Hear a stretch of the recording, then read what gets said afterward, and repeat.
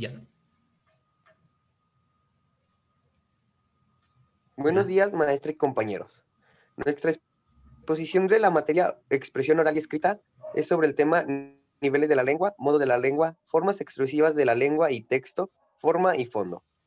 Nuestro equipo está conformado por Bermúdez Navarro Alejandra Michel, Cisneros Villanueva Óscar Samuel, Manrique Ramos Alem Ramsés Arif, Prado Eustaquio Aislin y su servidor Ramírez Morado Eric Israel.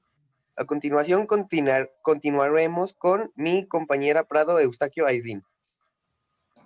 Bueno, primero que nada, el objetivo de este trabajo es dar a conocer esta información, estos temas, para tener un mejor entendimiento de estos y poder aplicarlos con mayor facilidad. Yo les voy a hablar sobre los niveles de la lengua. Primero tenemos que saber qué son los niveles de la lengua. Es la manera de clasificar los estilos y maneras de comunicarse a través del lenguaje.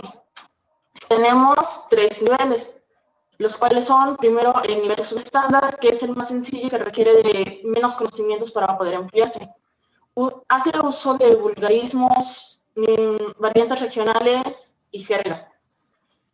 Este se divide en 2 subniveles. El primer subnivel es el nivel vulgar, que es más sencillo, hace uso de vulgarismos, su léxico es limitado, las palabras no son parte del diccionario y usa frases cortas. Un ejemplo de este son las palabras hayas o fuistes.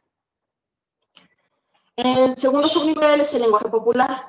Este también es llamado el lenguaje del pueblo y es un poco más correcto y aceptado, pero sigue siendo sencillo y poco elaborado. Un ejemplo de este es qué padre.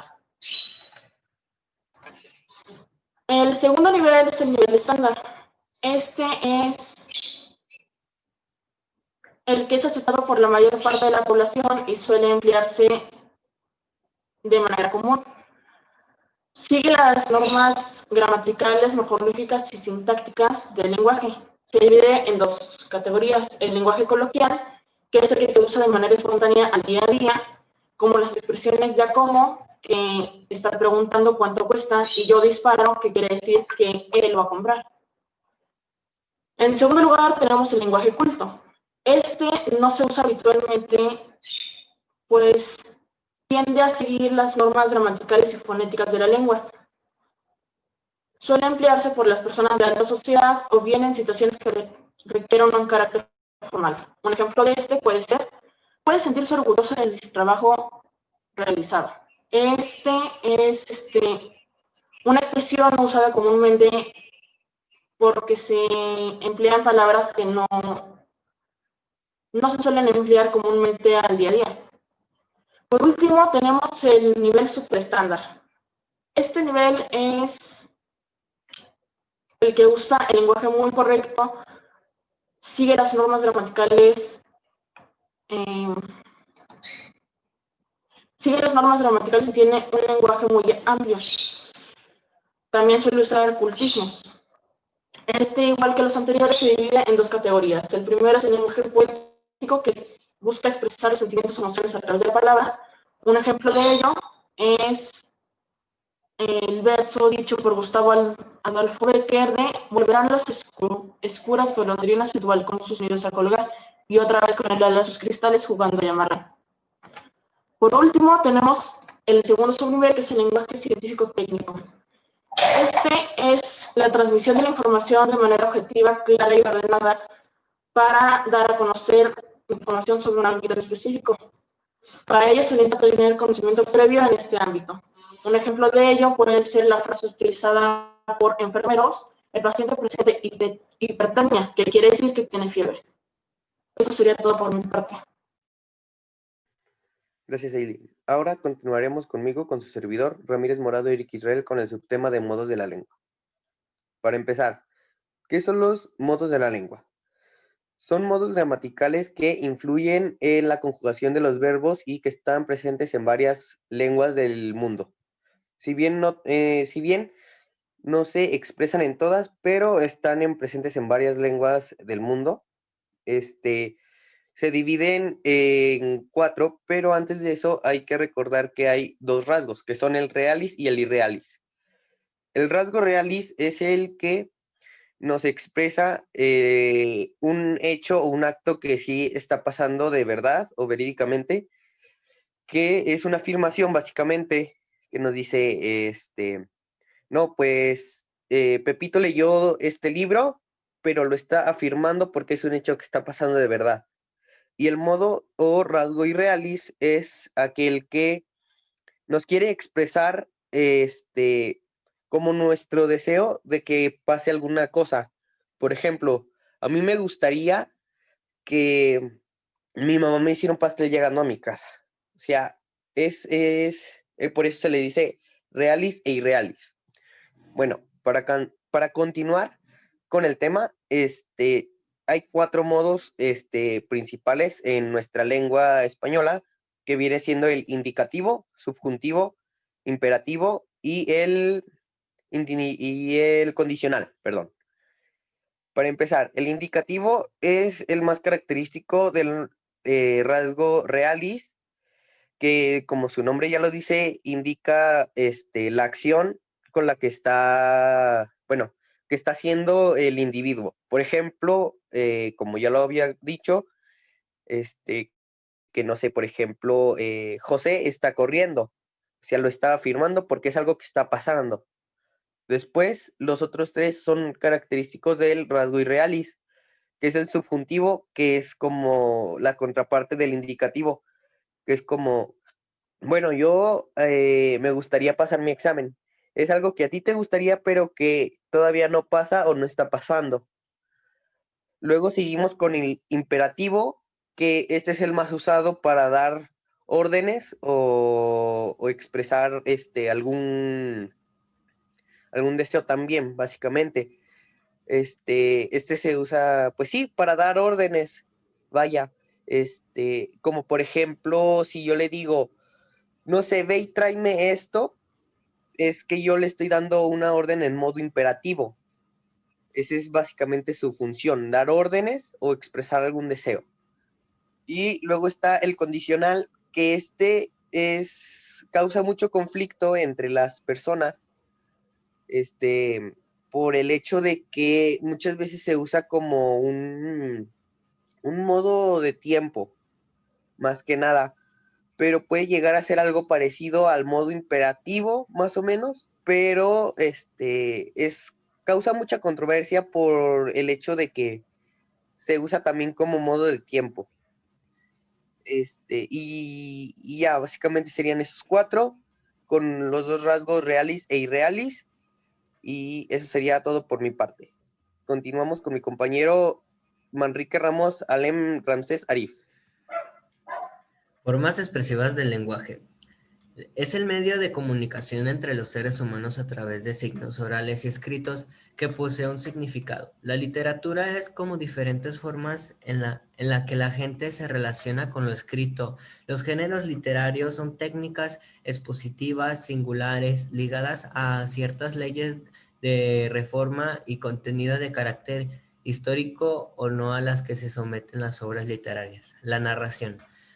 Narrar o contar o varias acciones. La diferencia fundamental entre descripción y narración reside en que mientras la descripción se contenta con dar el aspecto externo de los hechos percibidos por nuestros sentidos, vista, olfato, oído, la narración se preocupa por averiguar, además de las acciones, sus causas morales, los sentimientos.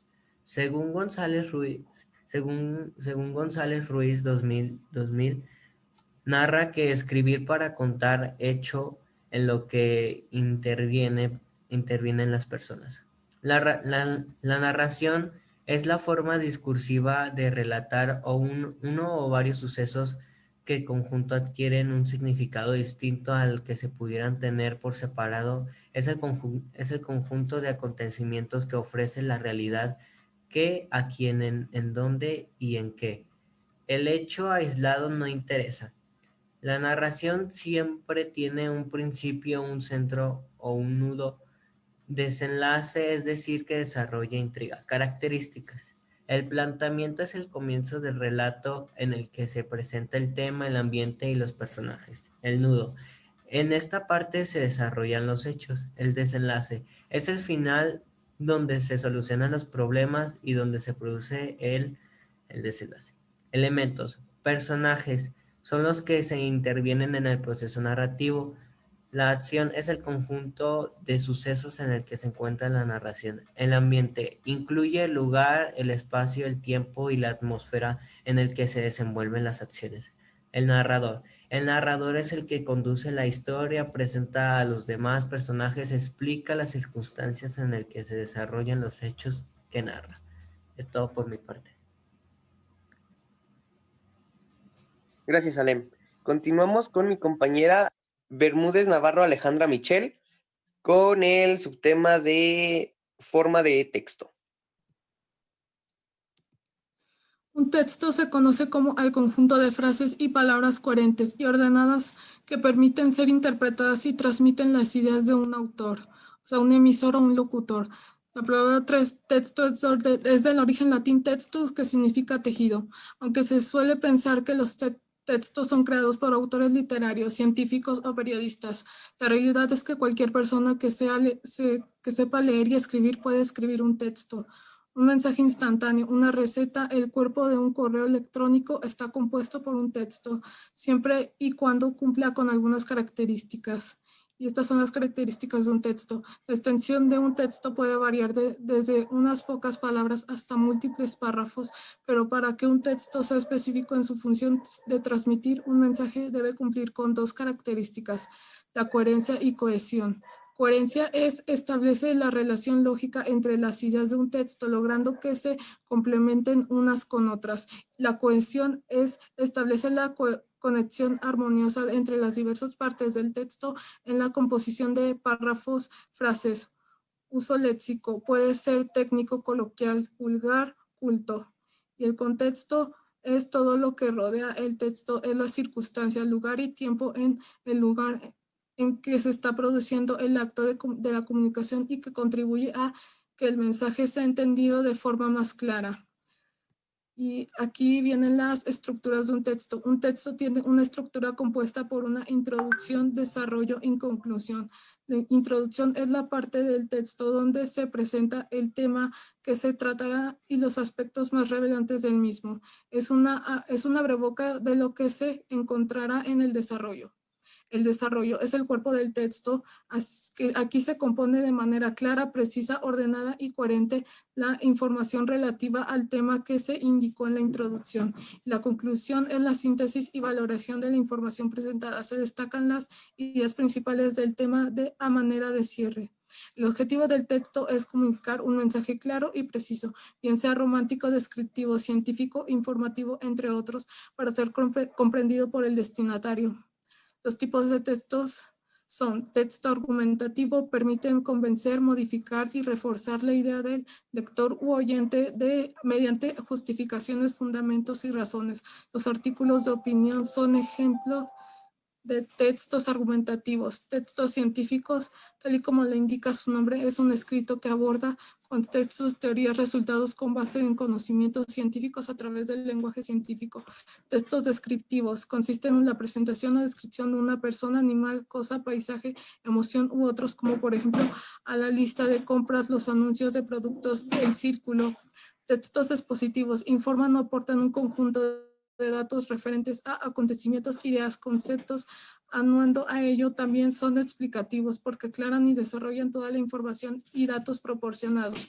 Los trabajos académicos son textos expositivos y los textos epistolares, también conocidas como cartas, son un tipo de comunicación exclusivamente escrito. Las epístolas bíblicas, por ejemplo, son consideradas las cartas enviadas a las comunidades cristianas por los apóstoles Judas, Pedro, Juan, encontradas en el Nuevo Testamento.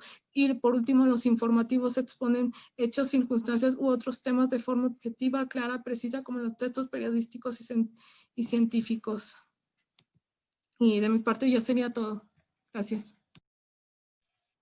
Gracias, Alejandra. Bueno, ya por último, continuamos con mi compañero Cisneros Villanueva, Óscar Samuel, con el subtema de texto y su fondo.